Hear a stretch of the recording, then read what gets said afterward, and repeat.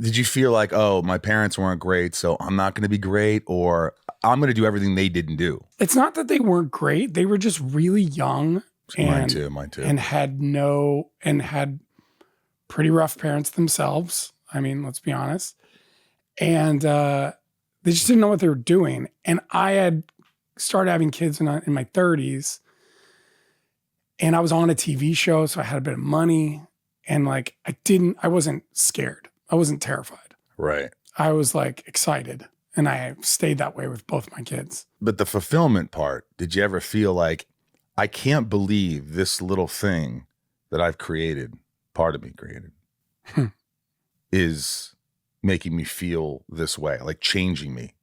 Yeah. I mean, there's no way of describing how big a feeling that is to anybody who doesn't have kids. And it's really. What about a dog? I have dogs. Yeah. I love these. Like, honestly, my dog has to have surgery and I will cry. I love my dogs like nothing else. So times that by 100. I love my dogs. I have dogs too. I had a big 100-pound golden lab. Oh. If I even think or talk about him too much, I start crying because he was like the best dog ever. I would step over his dead body 1 billion times to make in either of my kids feel just a little bit better. Isn't that something? Yeah. Like it's just, yeah. I could see you're kind of like, oh, Next man, level. I just love these kids. I do. I love my Get kids. emotional. So much that I think it's ruined my career. You think? Well, I just don't give a shit They're not about. right. Your career isn't really so much a priority. They're your purpose. Yes. I don't give a shit about this business. I mean, I love it to an extent. You want to work. You want to work. I want to do all grateful. that. But I am not basing my happiness in this business. Like my happiness is my family. Yeah.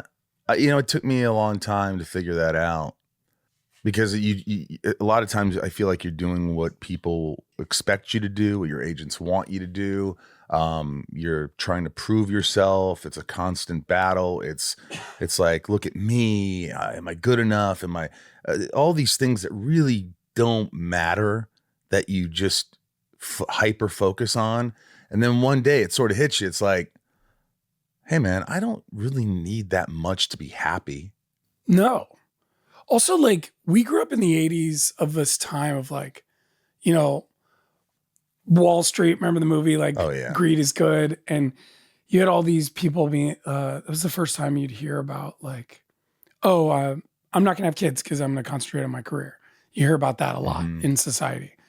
And now you hear it more the opposite, where people are like, and not just the entertainment industry, just people in general, especially during COVID, were like, my career cannot be everything. No. And now that our business is pretty broken at the moment. Yeah. I know a lot of people who didn't have kids to concentrate on the business. And they regret it. I don't know if they regret it, but they're just like, I'm leaving LA. So many of my friends have left. And they're just like, I got to figure out something else that isn't just this. You know what I mean? They don't have kids, and it could be whatever it is, but there's not enough in this business anymore to keep us all occupied. Well, I think that this goes for anybody out there who's working, and, some people love their job and they love their family and they live the good life, but a lot of people don't like their jobs. Yes. And they have to go every day to make, enough money to support their family. And, you can't put yourself in their shoes because it's, I guess you can, because you have a family, and you have to support them. Yes. But, I always say, like, try to do something else if you can while doing the thing you don't like. So if you know what I mean? Yeah. It's like, if you hate your job, but you come home to your family and you love your family and, they're your peace, they're your anchor, it's great. But I think that, it's important to find the other things. Like I hadn't traveled in 5 years really, unless I went to conventions or something like that. And boy, what a vacation does to you.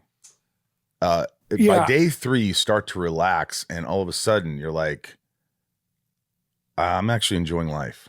And I guarantee you're like me, where you're like, let's see if I get a job there, and then I'll add on to it. Yeah. And you're like waiting to travel to places until you get hired there. Yeah, and then it's like, work. Then it's what am it's I work. doing? Yeah. Vancouver for me was work for 7 years. It really was. It was like, I had to work. I had, it wasn't like I was just vacationing, but to just take a beat. Like that's why I say like to my friends all the time, like, guys, let's go somewhere. Let's do something. And a lot of my friends are like, yeah, they got their things, they got their lives, and nobody. It's like I'm like, well, I guess me and my girlfriend are going. I'm trying to get the group together because like life's memories, and like I'm 53 here, and I'm thinking, how many good years do I have left? Because I asked my you look great. Well, thanks. Have you done your like biological age thing? No. Pretty fun. I just did this thing called Function Health. It's not that Instagram thing where the numbers go up and you stop, it looks at your face and you're like, you're 60. I'm like, fuck you. No. It's called Function Health, and it's like $500, but they do like 115 different blood tests on you. They take all these vials, and they can do biomarkers of like if you're gonna develop Alzheimer's, and your thyroid panel, and like an extended panel, not just like kind of the bullshit that just your physical does per year. And it's just really extended. And what's your age? 33. And you're 43. Really? Yeah. Why do you think that is? Do you think a big part is